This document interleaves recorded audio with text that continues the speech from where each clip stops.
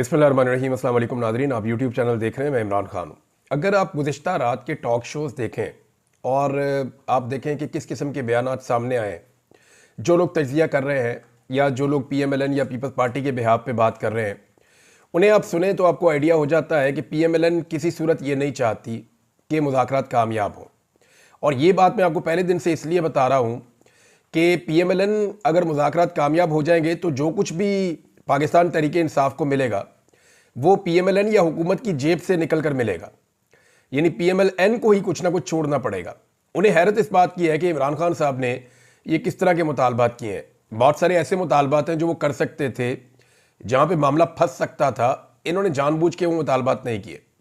सादे सादे दो मुतालबात हैं जो लिख कर देने की भी ज़रूरत नहीं है।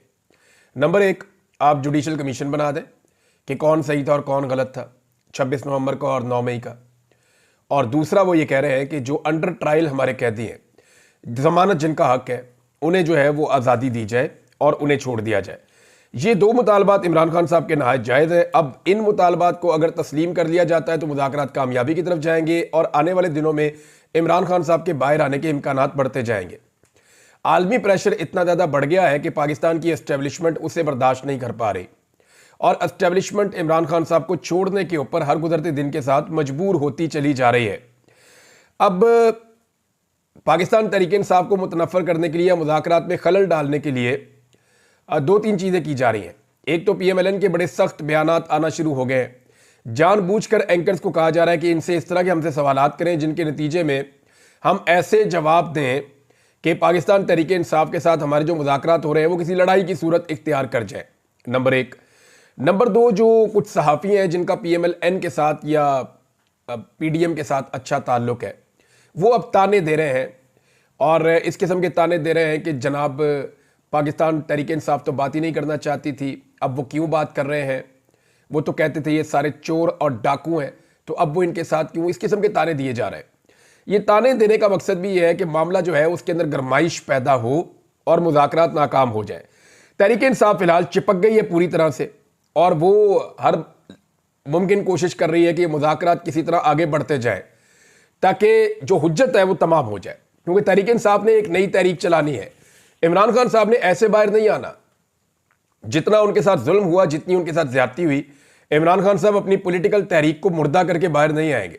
सबकी ख्वाहिश ये है कि इमरान खान साहब सरेंडर करके बाहर आए, लेकिन इमरान खान साहब किसी सूरत सरेंडर नहीं करेंगे। वो अंदर रह सकते हैं, वो इस कैद को लंबा कर सकते हैं। अभी तक तो वो नहीं मान रहे। उनकी फैमिली से बात हुई, वो कह रहे हैं जी नहीं मान रहे।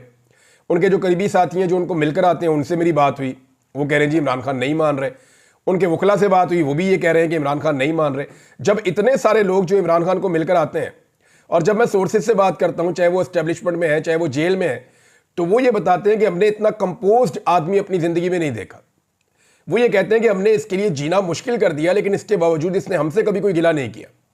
यानी इमरान खान को अच्छी तरह पता है कि उसके लिए हालात को तंग कौन करता है और वो किसी को गिला शिकवा भी नहीं करते। यानी जब भी इमरान खान को सख्ती का सामना करना पड़ता है और जब वो टाइम पीरियड गुजरता है तो इमरान खान साहब बड़े आराम से उठते हैं, अपनी शेव करते हैं, कपड़े चेंज करते हैं, नहाते धोते हैं, अपनी वर्जिश शुरू कर देते हैं। वो ये कहते हैं हम हैरान हो जाते हैं कि किसी आदमी में इतना सब्र कैसे हो सकता है, किसी आदमी के आसाब इतने मजबूत कैसे हो सकते हैं। ये जेल के अंदर का जो हमला है ना, ये किताब लिख सकता है इस मामले के ऊपर कि यहां इस जेल में एक ऐसा कैदी आया जिसने शहजादों की तरह जिंदगी गुजारी है, जो पाकिस्तान का वजीर आजम रहा है, जो 50 साल से इस कौम का हीरो है, लेकिन उसने कमाल सब्र के साथ जेल काटी है और उसने हर किस्म की तकलीफ को बर्दाश्त किया और तकलीफ बर्दाश्त करते हुए भी उसने रोला नहीं डाला, अपनी कमजोरी शो नहीं की। शहजाद अकबर साहब ने एक दावा किया, वो दावा मैं आपके सामने पहले रख देता हूं। उन्होंने ये कहा कि मामला बहुत आगे निकल गया है और मामला वहां तक पहुंच गए हैं और बात वहां पहुंचने वाली है कि बस आखिर में अब सिर्फ यही एक चीज रह जाएगी कि आर्मी चीफ की एक्सटेंशन वाला जो मामला किया गया है, जो एक कानून बनाया गया है कि अब आर्मी चीफ की मुद्दत मुलाजमत 3 साल की बजाय 5 साल होगी, जिसके नतीजे में मौजूदा आर्मी चीफ 2025 के नवंबर में रिटायर होने के बजाय 2027 के नवंबर में रिटायर होगा। तो ये वाले मामले पे बात पहुंच जाएगी कि जनाब इसको आप ना छेड़ें, तो बाकी जो है वो आप हुकूमत जाने और आप जाने और आप जो मर्जी करें। अब पाकिस्तान तहरीके इंसाफ से ताल्लुक़ रखने वाली एक बड़ी अहम शख्सियत है और ये शख्सियत मुज़ाकरात के अंदर भी शामिल है। मैंने जब इनसे बात की तो मैंने इनसे पूछा कि आपको क्या दिखाई दे रहा है, अब आपसे डिमांड क्या है। तो उन्होंने कहा जी हुकूमत के तो पल्ले ही कख नहीं है, हुकूमत को तो पता ही नहीं है कि मुज़ाकरात करने क्या है। हमने तो उनके सामने 2 मुतालबात रखे हैं, उनको ये भी नहीं पता कि इन मुतालबात को मानना है तो कैसे मानना है, तो उनके तो पल्ले कख नहीं है, उन्हें पता है अपनी औकात का। लेकिन दूसरी जानिब जो एस्टेब्लिशमेंट है उसके बारे में उन्होंने कहा, और उनका यह दावा था कि एस्टेब्लिशमेंट यहां तक पहुंच गई है कि जी अब आप हमें कुछ ना कहें, यानी कम से कम मिलिट्री एस्टेब्लिशमेंट जो है उसके लिए इमरान खान साहब थोड़ा सा मार्जिन क्रिएट कर दें, और मिलिट्री एस्टेब्लिशमेंट के ऊपर जो तनकीद हो रही है वो तनकीद बंद हो जाए, तो इमरान खान साहब जो है उनको और उनकी पार्टी को ये मामला तो उनका हो जाएगा कि जो जुल्म और ज्यादती उनके साथ हो रही है वो बंद हो जाएगी, तो उसके बाद वो अपनी सियासत करें। कभी ये कहा जाता है, यानी एक फार्मूला ये भी है कि इमरान खान साहब कुछ अरसे के लिए एक मार्जिन इस हुकूमत को भी दें ताकि ये अपना काम करती रहे, लेकिन इसके ऊपर इमरान खान साहब अभी तक नहीं माने हैं। तो ये एक शहजाद अकबर साहब ने बात बताई, और एक पाकिस्तान तहरीक इंसाफ से बात हुई। पाकिस्तान तहरीक इंसाफ ने एक मुतालबा भी किया है। मुतालबा पाकिस्तान तहरीक इंसाफ का यह है हुकूमत से कि हमारी जो इमरान खान से मुलाकात करवाई जाती है उसकी एक एक चीज़ रिकॉर्ड की जाती है, वीडियो रिकॉर्डिंग उसकी होती है, ऑडियो रिकॉर्डिंग उसकी होती है, खुफिया कैमरे वहां पे लगाए हुए हैं। तो ऐसी मुलाकात हम नहीं चाहते। यानी जब नवाज शरीफ साहब की मुलाकात होती थी उनकी पार्टी के लोगों से तो कभी भी वो रिकॉर्ड नहीं हुई। नवाज शरीफ साहब 12-12, 15-15 लोगों की काबीना के साथ बैठकर मुज़ाकरात करते थे, खानदान के लोग भी बैठे होते थे, पार्टी के लोग भी बैठे होते थे, सहाफ़ी भी बैठे होते थे। तो नवाज शरीफ साहब खुल के जो है वो ब्रीफिंग्स दिया करते थे और लिया करते थे। तो इमरान खान साहब की जो पार्टी है वो अब ये कह रही है, उनकी डिमांड बढ़ गई है, वो ये कह रहे हैं कि इमरान खान साहब से हमारी मुलाकात तो करवाई जाए, लेकिन मुलाकात इस माहौल में करवाई जाए जिसमें हम खुलकर इमरान खान साहब से बात कर सकें, क्योंकि इससे पहले जो मुलाकात करवाई जाती है उसका माहौल कोई अच्छा नहीं होता। यानी वहाँ रिकॉर्डिंग हो रही होती है और लोग जो है वो ऑब्जर्वेशन लगाकर बैठे होते हैं, रियल टाइम में उनको सुना जा रहा होता है, रियल टाइम में उनको देखा जा रहा होता है। तो वो कहते हैं खुलकर हम बात भी नहीं कर सकते, बहुत सारी चीज़ें ऐसी हैं जो हम अपने लीडर के साथ डिस्कस करना चाहते हैं लेकिन फिर हम नहीं कर पाते। लिहाजा हमें वो माहौल दिया जाए जिसके अंदर हम बगैर रिकॉर्डिंग हो या इस किस्म की हरकतें ना की जाएं जो भोंडी हरकतें हो रही हैं, तो आज़ादी के साथ इमरान खान साहब जो है वो अपनी पार्टी के लोगों के साथ मुज़ाकरात कर सकें, ऐसा एक मौका दिया जाए। ये जनाब एक मुतालबा पाकिस्तान तहरीक इंसाफ ने सामने रखा है। अब इसमें एक चीज़ और हुई थी नाज़रीन, आपको पता है कुछ लोगों ने एक हफ्ते खबरें दी, इसमें जनरल हमीद गुल का बेटा, 2-3 सहाफ़ी और 1-2 सियासतदान, इस किस्म की ये शख्सियात हैं। अभी एक और सियासतदान है, पहले इमरान खान के साथ थे, चौहान साहब, उन्होंने स्टेटमेंट दे दिया जनाब कि अमेरिका के जो डीप स्टेट एक्टर्स हैं, यानी अमेरिकन जो डीप स्टेट है या उनकी जो एस्टेब्लिशमेंट है, उन्होंने डोनाल्ड ट्रंप को और रिचर्ड ग्रेनल वगैरह को, इनकी सारी टीम को दे दी है शट अप कॉल कि मुंह बंद करो। तो मुझे हैरत होती है इनके नॉलेज पे। डोनाल्ड ट्रंप और उसकी टीम जो है वो अमेरिकन डीप स्टेट को शिकस्त देकर इलेक्शन जीत कर इक्तदार में आए। तो जिस डीप स्टेट को उन्होंने शिकस्त दी है वो तो उसको उखाड़ने के चक्कर में है, और वो उसके खिलाफ एक बयानिया ना सिर्फ रखते हैं बल्कि उनके तो कुछ अज़ाइम भी हैं जिनको उन्होंने अमल दरामद करना है। तो क्या वो डीप स्टेट जो इस वक्त डोनाल्ड ट्रंप से डरी हुई है और परेशान है कि ये आदमी आने के बाद पता नहीं हमारे साथ क्या करेगा, वो पाकिस्तान को लेकर डोनाल्ड ट्रंप को धमकी लगाएगी? ये मेरी समझ से बाहर है कि पाकिस्तान तो उनके लिए ना 3 में है तो ना 13 में है। पाकिस्तान तो उनके लिए किसी खाते में नहीं है, उनको तो अपना मसला पड़ा हुआ है डीप स्टेट को। तो अमेरिकन डीप स्टेट की लड़ाई चल रही है रिपब्लिकन के साथ, जिनकी हुकूमत आने में पीछे 15 दिन रह गए। 15 दिन के बाद वो इक्तदार में आ जाएगा डोनाल्ड ट्रंप। जब वो इक्तदार में आ जाएगा तो वो इनके खिलाफ जो है वो कार्रवाई शुरू कर देगा। उसका इंडिया वो कई मरतबा दे चुका है। अब वो अपनी स्किन बचाने की उनको फिक्र पड़ी हुई कि अपनी जान कैसे बचानी है। और जहां हमारे जो है ऐसे साइंसदान हैं, मेरी समझ से बाहर है, एक तो ये पढ़े लिखे नहीं है, ऊपर से कोशिश भी नहीं करते, इमरान खान साहब ने कहा था। और ऐसे लोगों को इमरान खान साहब ने भी अपनी पार्टी में रखा हुआ था, शुक्र है जान छूट गई है। ये वो ये कह रहे हैं कि अमेरिकन डीप स्टेट पाकिस्तान के कहने के ऊपर डोनाल्ड ट्रंप को और रिचर्ड ग्रेनल को डांट रहे हैं, हालांकि उनको खुद मुसीबत पड़ी हुई है, पता नहीं है हमारे साथ क्या करेंगे आने वाले वक्त में। फिर सऊदी अरब को लेकर जो एक बयानिया बनाया गया था, इस बयानिया के बनाने के पीछे 2 चीजें थी। एक तो ये था कि थोड़ा सा बयानिया बन जाए जो बिल्कुल ही एकदम डाउन हुई है, पूरी पोजीशन पीएमएलएन की या हुकूमत की वो जरा थोड़ी सी खड़ी हो जाए।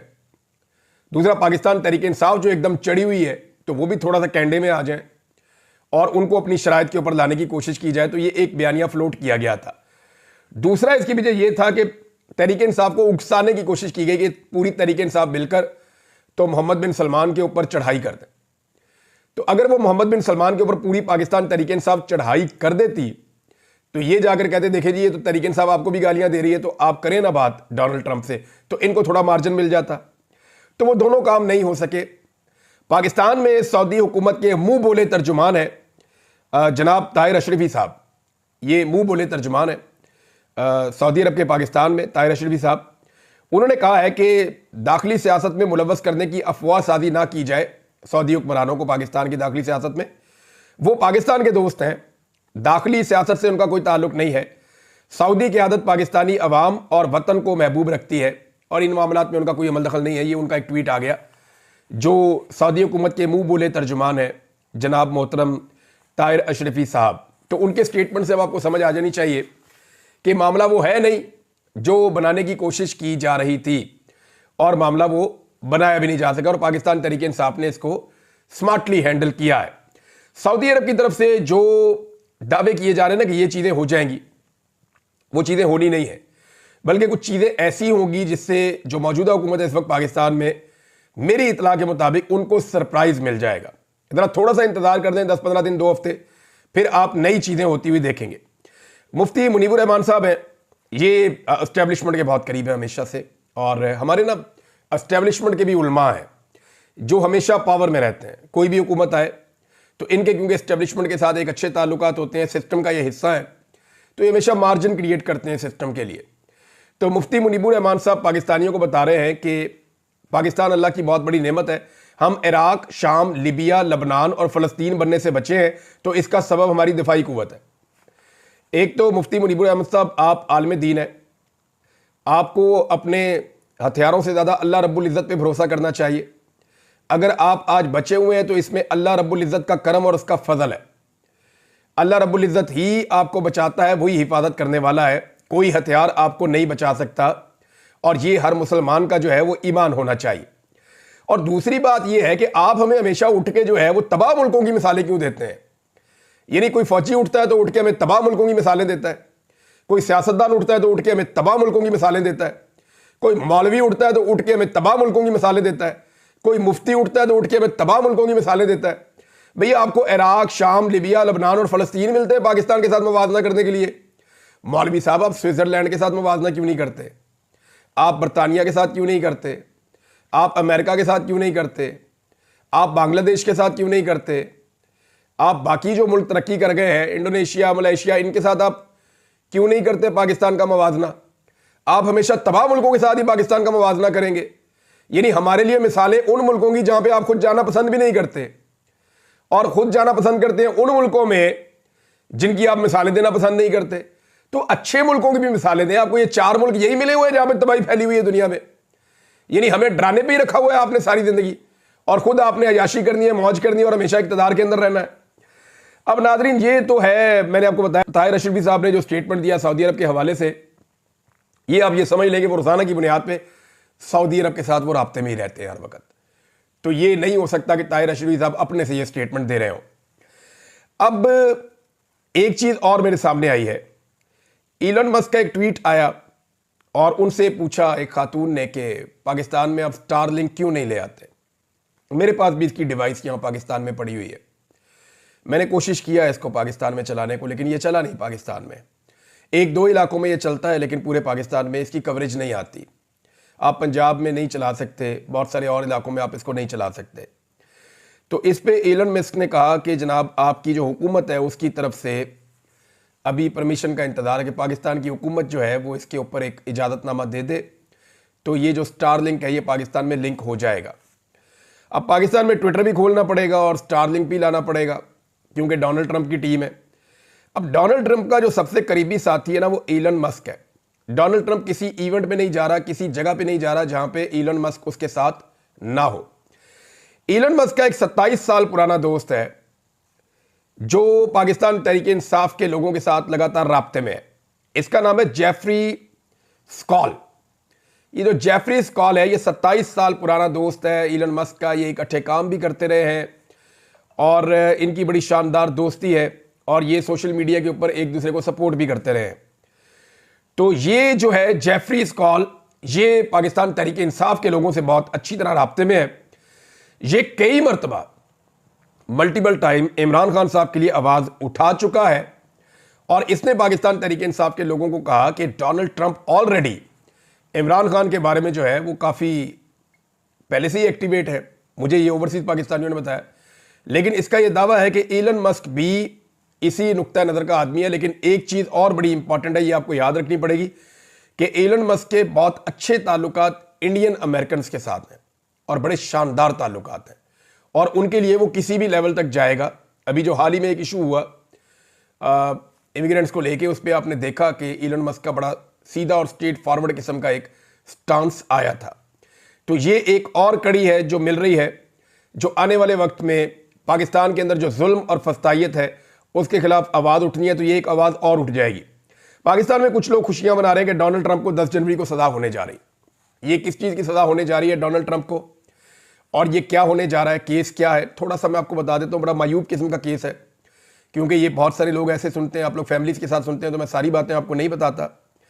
लेकिन ये डोनाल्ड ट्रंप का एक क्रिमिनल केस है जिसमें जज ने बताया है, जुम्मे वाले दिन जज ने बताया कि 10 तारीख को डोनाल्ड ट्रंप को इसमें सज़ा सुना दी जाएगी और इसमें डोनाल्ड ट्रंप को ये बाउंड किया गया है कि या तो वो खुद अदालत में पेश हो जाए या वो वर्चुअली अदालत के अंदर पेश हो जाए, यानी वो एक लिंक के ज़रिए से अदालत में किसी स्क्रीन के ज़रिए से पेश हो जाए या वो खुद अदालत के अंदर आकर पेश हो जाए। ये 2 ऑप्शंस उनको दिए गए। ये क्रिमिनल केस है, जिनसी नौयत का एक मामला है और इसमें पैसा इन्वॉल्व है। यानी इल्ज़ाम यह है कि एक औरत जिसका कोई जिनसी मामला है और उसको जो कोई रिश्वत जो है उसके तौर पे कोई पैसा दिया गया था और ये अब दावा किया जा रहा है कि ये केस साबित हो गया है और इसमें डोनाल्ड ट्रंप को 10 तारीख को सज़ा हो जाएगी। लेकिन यह भी बता दिया गया है कि इसमें ना तो डोनाल्ड ट्रंप को जेल में भेजा जाएगा और ना ही उनको कोई जुर्माना होने जा रहा है। लेकिन डोनाल्ड ट्रंप को अगर कन्विक्शन हो जाती है तो क्या वो सदर नहीं बन पाएगा? तो ये बात गलत है। डोनाल्ड ट्रंप को कन्विक्शन हो भी जाती है तो वो सदर बन जाएगा और इसमें उसके पास एक अपील का हक मौजूद रहेगा डोनाल्ड ट्रंप के पास। दूसरा, डोनाल्ड ट्रंप ने जो खुद इसके बारे में बयान दिया है, उन्होंने ये कहा कि ये जो बाइडन और कैमला हैरिस से उन्होंने इसको जोड़ा है, ये उनका इंतकाम डोनाल्ड ट्रंप इसको करार दे रहे हैं और वो ये कह रहे हैं कि ये एक जाली केस है और जो जज है वो बदउनवान है जिसने ये केस बनाया है। यानी जज को बदउनवान कह दिया, केस को जाली कह दिया और ये सारा मामला डोनाल्ड ट्रंप के बकौल ये जो बाइडन और कैमला हैरिस जो है इन दोनों ने किया है डोनाल्ड ट्रंप के खिलाफ। केस जो है ये 2016 से पहले का है। आज जो है वो 8 साल गुजरने के बाद, 8-9 साल के बाद ये वाला केस चल रहा है। तो अब इसका फैसला आ जाएगा। इमरान खान साहब की भी एक केस का फैसला आने वाला है। 2 चीज़ें मुझे आपको और बतानी है, लेकिन पहले एयर कोमोडोर सज्जाद हैदर साहब का इंतकाल हो गया 91 साल की उम्र में। ये पाकिस्तान के एक शानदार हीरो थे। इनके बारे में किसी किस्म का अभी कोई स्टेटमेंट ना ISPR की जानिब से ना ही हुकूमत की जानिब से अभी तक मैंने देखा। उसकी वजह यह है कि ये इमरान खान को सपोर्ट करते थे। इनको सेवियर ऑफ लाहौर का खिताब भी दिया गया था। इन्होंने भारत को बहुत नुकसान पहुंचाया था 1965 और 1971 की जंगों में और बड़ी शुजात के साथ ये लड़े थे। तो पाकिस्तानियों की नज़र में हमेशा ये एक हीरो थे, हमेशा ये एक हीरो रहेंगे। अल्लाह ताला उनके दर्जात बुलंद करे। ये इमरान खान साहब को सपोर्ट करते थे, इसलिए रियासत इनकी वफात के ऊपर ऐसा लगता है कि बिल्कुल खामोश है। एक और बड़ी इंटरेस्टिंग चीज़ नाज़रीन मैंने देखी, मुझे इतना मज़ा आया, मैं चाह रहा हूं मैं आपके साथ शेयर करूं। सलीम साफ़ी साहब का एक बयान आया। उन्होंने कहा कि अल्लाह ने हमारे ऊपर सोशल मीडिया का अजाब नाजिल किया है। इसकी वजह से पाकिस्तान के 25 करोड़ लोगों में से हर फर्द सहाफ़ी बन गया है। ये जरा गौर से सुनिएगा, फिर आपको बड़ा मजा आएगा जो साबिर शाकिर साहब ने कहा। सलीम साफ़ी साहब हैं, जर्नलिस्ट हैं, सीनियर जर्नलिस्ट हैं। उन्होंने कहा जी कि अल्लाह ने हमारे ऊपर सोशल मीडिया का अजाब नाजिल किया। इसकी वजह से पाकिस्तान के 25 करोड़ लोगों में से हर फर्द सहाफ़ी बन गया। अब साबिर शाकिर साहब का जवाब देखें, आपको बहुत मजा आने वाला है।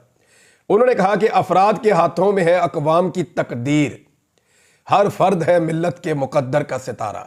तो इससे बेहतर जवाब हो नहीं सकता था। अल्लामा इकबाल के शेर में जवाब दिया है साबिर शाकिर साहब ने कि हर आदमी का ये काम है जो काम इस वक्त हो रहा है। अब नाज़रीन, ये खबर है मेरे सामने और ये जंग अखबार की खबर है। जंग अखबार ने दावा किया अपनी इस खबर के अंदर कि महंगाई 7 साल की कम तरीन सतह पर आ चुकी है, मईशत जनाब मुस्तहकम हो चुकी है। अब इस 7 साल के अंदर जो है ना, वो 3 सवा 3 साल इमरान खान साहब के भी आप शामिल करने। दावा यह कर रहे हैं कि नवाज शरीफ साहब का जो पिछला टन्योर था उसको भी मिला ले, इमरान खान साहब का टन्योर भी मिला ले, और अब शहबाज शरीफ साहब के दौर में जो है महंगाई कम हो गई है। मैं सिर्फ 5 चीजें आपके सामने रखूंगा, ज्यादा नहीं। बाकी चीजें आप यहां कमेंट में लिख दीजिएगा कि किस किस चीज की कीमत कहां पहुंची है। नंबर 1, आटे की एक बोरी की कीमत 1100 रुपए से बढ़ के 2500 रुपए से ऊपर तक चली गई। क्या 7 साल की महंगाई कम हुई है? पेट्रोल की कीमत 145 रुपए लीटर से बढ़ के 250 रुपए लीटर तक चली गई। क्या 7 साल में कीमत कम हुई है? यह मैं इमरान खान के दौर से मुवाजना कर रहा हूं, पीछे तो मैं जा ही नहीं रहा। डॉलर की कीमत यानी पैसे की जो कदर है, जो 175-180 रुपए का डॉलर था वो 250 रुपए से ऊपर चला गया है। क्या यह कीमत कम हुई है? बिजली की कीमत जो यूनिट था 16 रुपए का वो 62 रुपए में चला गया। क्या यह कीमत कम हुई है? गैस की कीमत में 850% इजाफा गुज़िश्ता 1 साल में हुआ है। क्या यह कीमत कम हुई है? मैंने सिर्फ आपको 5 चीजें गिनवाई हैं। 500 चीजें आप गिनवा सकते हैं जहां पे कीमतें कम नहीं हुई। तो फिर महंगाई 7 साल की कम तरीन सतह पे कैसे आ गई? अब ये वाली जो जर्नलिज्म है ना, ये हमें कहा जाता है कि आप ये वाली जर्नलिज्म करें। अब जब हम ये वाली जर्नलिज्म नहीं करते, इस जर्नलिज्म को वैसे कर्नलिज्म कहते हैं आजकल, ये एक्चुअली कर्नलिज्म है जो हमें करने के लिए कहा जाता है। तो हमें जब ये वाली कर्नलिज्म करने का कहा जाता है ना कि आप कहें कि महंगाई बहुत कम है, चाहे आम आदमी महंगाई से मर जाए, तो जब हम नहीं कहते तो फिर हमारे ऊपर अजाब नाजिल होता है। तो कोई बात नहीं, ये ऐसी खबरें देते रहें, हम दूसरी खबरें देते रहेंगे, लोग खुद ही फैसला करेंगे क्या खबर ठीक है और क्या गलत है। अब तक के लिए इतने, अपना ख्याल रखिएगा, अपने चैनल का भी। अल्लाह हाफ़िज़।